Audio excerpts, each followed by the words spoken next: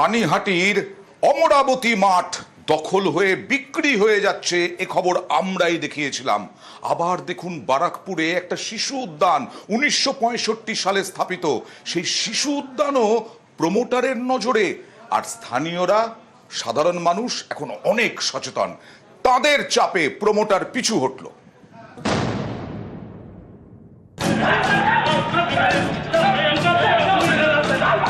প্রমোটারের লোকজনের সঙ্গে প্রথমে বচসা, শেষমেশ তারা। শিশুদের পার্ক দখল করতে গেলে এভাবেই স্থানীয়রা রুখে দাঁড়ান বলে দাবি। এ ছবি ধরা পড়েছে সিসি ক্যামেরায়। উত্তর 24 পরগনার বারাকপুর পুরসভার 8 নম্বর ওয়ার্ড নগেন্দ্র স্মৃতি স্কুল রোড। এখানেই একটি ট্রাস্টি বোর্ডের জমিতে রয়েছে শিশু উদ্যান, চারপাশে বহুতল, এরই মাঝে পার্ক। স্থানীয়দের অভিযোগ, এই পার্কের জমিতেই প্রমোটারের নজর পড়েছে। জমি দখল করে প্রমোটিং এর ছক কষা হচ্ছে। এমনকি সন্ধ্যের পর এই পার্কের মাঠেই বসছে মদের আসর। অনেকদিন ধরেই মাঠটা অবহেলায় পড়ে আছে, শিশুরা খেলতে পারছে না। এবং এই সুযোগে সমস্ত এই অঞ্চলের কিছু অসাধু লোক, তারা এখানে অসামাজিক কাজ সন্ধ্যের পরে করে। আমরা মেয়েরা এখান দিয়ে রাস্তা দিয়ে যেতে পারি না। রবিবার গোলমাল চরমে ওঠে। নগেন্দ্র স্মৃতি স্কুল রোডে যান প্রমোটারের লোকজন। অভিযোগ, জমি দখলের চেষ্টা করেন। রুখে দাঁড়ান স্থানীয়রা, তাড়া করেন প্রমোটারের লোকজনদের। প্রমোটাররা বলছে এই জমি বিক্রি হয়ে গেছে, বাইরেও কিছু ছেলে পেলে ছিল, তারা এসে এখানে ঝামেলা করার চেষ্টা করে। ব্যারাকপুর মিউনিসিপ্যালিটি সমেত যদি সবাই উন্নয়ন কমিটি মিলে যদি যৌথভাবে কিছু ভালো কাজ করা যায়, সেটার চেষ্টা করলে ভালো হয়। টিটাগড় থানায় অভিযোগও জানিয়েছেন স্থানীয়রা। প্রমোটার রাজ চলছে, তাদের নজরে তো পড়বেই, কিন্তু এখানে কিছু করতে পারবে না। এখানে কেউ যদি ভুল করে পয়সা খরচ করে ঢোকেও, তাহলে এমন দেওয়ানি মামলা হবে, ওর জীবনে শেষ হবে। যে টাকা খরচা করে কিনবে তার ওই টাকাটা লোকসানে হবে। ব্যারাকপুরের কাছেই সোদপুর। সোদপুরের অমরাবতী মাঠেও জমি হাঙরদের নজর পড়ে। মাঠের একাংশ বিক্রি করে প্রমোটিং এর ছক কষে। সম্প্রতি এই খবর দেখায় নিউজ 18 বাংলা। বিষয়টি নজরে আসতেই অমরাবতী মাঠ অধিগ্রহণ করার নির্দেশ দেন মুখ্যমন্ত্রী। এবার শিশুদের পার্ক দখল করে প্রমোটিং এর ছক। চাঞ্চল্যকর অভিযোগ ব্যারাকপুরে। উত্তর 24 পরগনা থেকে অরুণ ঘোষ, নিউজ 18 বাংলা। দেহ নিয়ে দালাল চক্র একেবারে মালদায় শ্মশানে, সদুল্লাপুর মহাশ্মশানে দালাল চক্র। দাহ করতে অতিরিক্ত টাকা দাবি, না দিলে দেহ ফেলে রাখার অভিযোগ। কাউন্টার থেকে 999 টাকার টিকিট কাটতে হয়, 700 থেকে 1000 টাকা বেশি নেওয়ার অভিযোগ। মালদা জেলা পরিষদে অভিযোগ, জেলা পরিষদের সদস্যেরই তদন্তের নির্দেশ দিয়েছেন জেলা শাসক। এমন চলছে এই দালাল চক্র।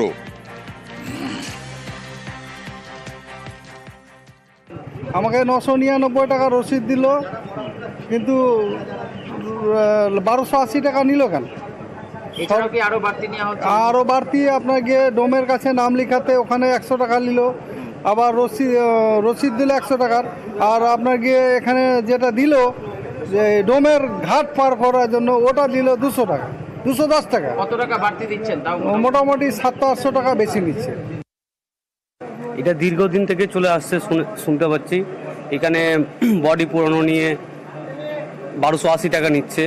এটা অ্যাকচুয়ালি বলতে জেলা পরিষদ থেকে 999 টাকা রসিদ পাওয়া যাচ্ছে, কিন্তু 1280 টাকা নিচ্ছে। আর এখানে স্লিপ লেখা 100 টাকা, ডোমের দক্ষিণা 200 টাকা নেই, যার কাছে যেমন পারে তেমন নিয়ে নেই। বাড়তি মোটামুটি এখানে 280, আর আপনার ওখানে 200, মোটামুটি 500-600 টাকা বাড়তি নেওয়া হচ্ছে। যে অভিযোগ করেছে, হ্যাঁ, এটা মিথ্যা অভিযোগ করেছে। তো ওই 1000 টাকা হচ্ছে পাকা একদম, হ্যাঁ, আর 80 টাকা হচ্ছে বাসের মাচার। আর বকশিস ওই কেউ 200 টাকা দিল, তো বললাম জুলুমবাজি করে আদায় করা। আমাদের কেউ বলতে পারবে না যে আমরা জুলুমবাজি করে কারো কাছ থেকে পয়সা নিয়েছি। এটা খুব দুর্ভাগ্যজনক যে একটা মৃত ব্যক্তির উপরেও কিন্তু দুর্নীতি হচ্ছে। আমি এটা ডিএম সাহেবকে অনুরোধ করব বিষয়টির মধ্যে ইন্টারভেন করা, এবং এটা যাতে মানুষ সঠিকভাবে নিজের প্রিয়জনদের দাহ করতে পারে, সেখানে যাতে কোনো রকম দুর্নীতি না হয় সেই ব্যবস্থা করে। না, এটা অভিযোগ যাই হোক আমরা পেলাম, ভালো হলো জানান, ভালো হলো, এটা আপনাদের ধন্যবাদ। কিন্তু আমরা তাহলে এটা আমি আমার রেসপেক্টিভ সভাধিপতি ম্যাডাম এবং এডিএম জেডবি সাহেবকে বলবো, সেক্রেটারি সাহেব আছেন, এটা তাড়াতাড়ি এটাকে দেখার জন্য আমি চেষ্টা করছি। এবং অবশ্যই এই যাতে কোনো মানে রেয়াত বা বরাদ দেওয়া হবে না, যে এইসব ব্যাপার নিয়ে কেউ যুক্ত থাকবে, এটা কিন্তু আমরা মুছে ফেলবো। আবার একটু পলিটিক্যাল খবর দেখাই। বিজেপির মণ্ডল সভাপতি নিয়ে ক্ষোভ বিক্ষোভ বিভিন্ন জায়গায়, কিন্তু এরকম ঘটনা এর মধ্যে ঘটেনি। বিজেপির নতুন মণ্ডল সভাপতির মুখে কালি। হ্যাঁ, দক্ষিণ কলকাতায় কলকাতা পুরসভার 125 নম্বর ওয়ার্ডে উত্তেজনা। বেহালা পশ্চিমে বিজেপি কর্মীদের ক্ষোভের মুখে এই বিজেপি নেতা 5 নম্বর মণ্ডলের বিজেপি সভাপতির সামনেই চেয়ার ছোড়াছুড়ি। সিসি ক্যামেরায় ধরা পড়লো, এমনি ক্যামেরাতেও ধরা পড়লো। বিজেপির প্রাক্তন মণ্ডল সভাপতি দলবলের বিরুদ্ধে অভিযোগ।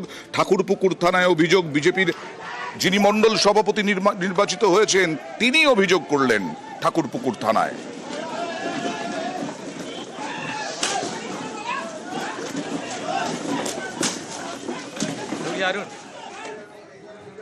আইসির গলায়, পুলিশ কর্তার গলায় তৃণমূলের উত্তরীয়। নদিয়ার চাপড়ায় তৃণমূলের মঞ্চ, সেই মঞ্চে তো বসেই আছেন রাজনৈতিক মঞ্চে আইসি, তার সঙ্গে সঙ্গে তার গলায় আবার তৃণমূলের উত্তরীয়। শুধু তাই নয়, বিজেপিকে হটানোর ডাক, আইসিকে পাশে বসিয়েই তৃণমূল নেতার। ভাইরাল ছবিতে জোর তরজা শুরু। তৃণমূল কংগ্রেস বস্ত্রদানের আড়ালে তৃণমূল কংগ্রেসের সভা করছে। সেই সভায় আমরা দেখতে পারলাম চাপড়া থানার ইন্সপেক্টর ইনচার্জ আইসি এবং বড় আন্দুলিয়া ফাঁড়ির যিনি ইনচার্জ আছেন তারা দুজনাই উপস্থিত ছিলেন এবং তৃণমূল উত্তরীয় পরেও আজকে তাকে মঞ্চে আলো করে বসে থাকতে দেখা গেছে। আমরা নদিয়া জেলার এসপিকে বলবো যত তাড়াতাড়ি এদের বিরুদ্ধে ব্যবস্থা নেবেন, না হলে কিন্তু আগামী দিন ভারতীয় জনতা পার্টি আপনাদের পুলিশ প্রশাসনের বিরুদ্ধে কিন্তু বৃহত্তর আন্দোলন সংগঠিত করবে। তৃণমূলের রাজনৈতিক প্রোগ্রামে তৃণমূলের উত্তরীয় পরে আইসি সাহেব বিরাজমান, টোটাল উর্দি পরে শ্রীজীব বাবু বিদ্যমান, আর কোনো লোকাছুকি নেই। ওই থানার আইসি বা ওসি তৃণমূলের সংগঠক এসআই এএসআইরা এটা বাস্তবে প্রমাণিত করে ছাড়লেন চাপড়া থানার পুলিশ প্রশাসন। পুলিশ প্রশাসন বা প্রশাসনিক স্তরে অনেক সময় খেলাধুলা উদ্বোধন করে থাকেন এবং বিভিন্ন সামাজিক উন্নয়নমূলক কাজেও তারা সামিল হন। এটা কোনো অন্যায় নয়, উত্তরীয় পড়ানোই যেতে পারে। সম্মান জানানোর জন্য যে কোনো সম্মানীয় লোককে উত্তরীয় পড়াবে, এটা তো স্বাভাবিক ব্যাপার। বিজেপির অভিযোগের কোনো ভিত্তি নেই, যে কোনো জিনিস ইস্যু বলে ভেসে উঠতে চাইছে, ওদের মাথাটা একটু খারাপ হয়েছে। খুনের চেষ্টার অভিযোগে বর্ধমান ডেভেলপমেন্ট অথরিটির চেয়ারপারসনকে দোষী সাব্যস্ত করল আদালত। আগামীকাল সাজা ঘোষণা। খুনের চেষ্টা কোন সালে? 2017 সালে তার বিরুদ্ধে অভিযোগ। কাকলিতা গুপ্ত দোষী সাব্যস্ত চেয়ারপারসন কাকলিতা গুপ্ত। কাকলি সহ 13 জনকে দোষী সাব্যস্ত। 2017 পঞ্চায়েত সদস্যের বাবাকে খুনের চেষ্টায় কাকলি সহ 15 জনের নামে এফআইআর। আজ 13 জনকে দোষী সাব্যস্ত করল আদালত। কাল সাজা ঘোষণা বর্ধমান আদালতে।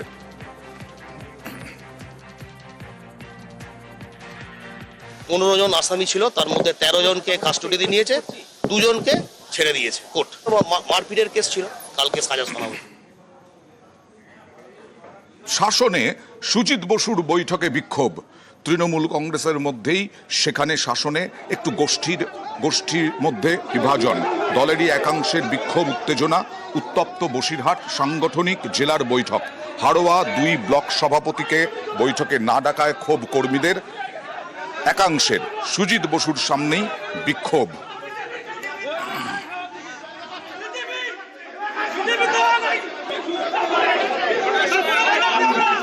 আমার ব্লকের 2 নম্বর ব্লকের সভাপতি এখনো পর্যন্ত আমি আছি, আমাকে অফ করে অন্য কাউকে ডাকা হয়েছে। সমস্যা সেখানে আমরা অত্যন্ত ব্যথিত, দুঃখিত।